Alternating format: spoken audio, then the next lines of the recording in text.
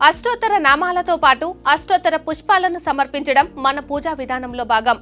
నిత్య పూజ కోసం అన్ని పువ్వులు సమకూర్చుకోవడం కష్టమనే ఉద్దేశంతో కొంతమంది రజత పుష్పాలను ఎంచుకుంటారు. 108 వెండి పూలు ఓ సెట్టుగా కలువ మొగ్గల ఆకారంలో వెండి రంగుల్లో లభించేవి ఇన్నాళ్ళు. ఇప్పుడు అసలు పువ్వులకు దీటుగా ఎన్నో వన్నెల్లో తయారు చేస్తున్నారు స్వర్ణకారులు. సువర్ణ రజతాలకు మన సాంప్రదాయంలో పవిత్ర స్థానం ఉంది. ఒకప్పుడు మహారాణులు బంగారు పువ్వులతో పూజలు చేసేవారని అంటారు.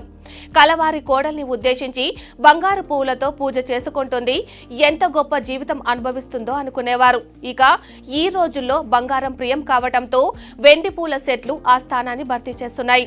అచ్చంగా వెండి రంగుల్లోనే కనిపించేవే కాదు, బంగారు పూత పూసినవి వస్తున్నాయి. వాటిల్లోనూ వైవిధ్యాన్ని కోరుకునే వారి కోసం ఎనామిల్ ఫ్లవర్లు ముస్తాబవుతున్నాయి. రకరకాల ఆకృతుల్లో చూడచక్కని వర్ణాల్లో ఎనామిల్ పువ్వుల్ని తయారు చేస్తున్నారు. గులాబీ వన్నెలు చిందేలా తామర పువ్వులు, వింత రంగుల్లో విరిసే గన్నేరులు, ఎరుపు, పసుపు వర్ణాల్లో మందారాలు, ఇలా అనేక రకాల పుష్పాలు వస్తున్నాయి. విభిన్న ఆకృతుల్లో ఆకట్టుకునేలా వీటిని తీర్చిదిద్దుతున్నారు. అర్చనకు వాడే 108 పువ్వుల సెట్లే కాదు, దేవుడు అలంకరణకు పనికొచ్చేందుకు రకరకాల పువ్వుల్ని రూపొందిస్తున్నారు.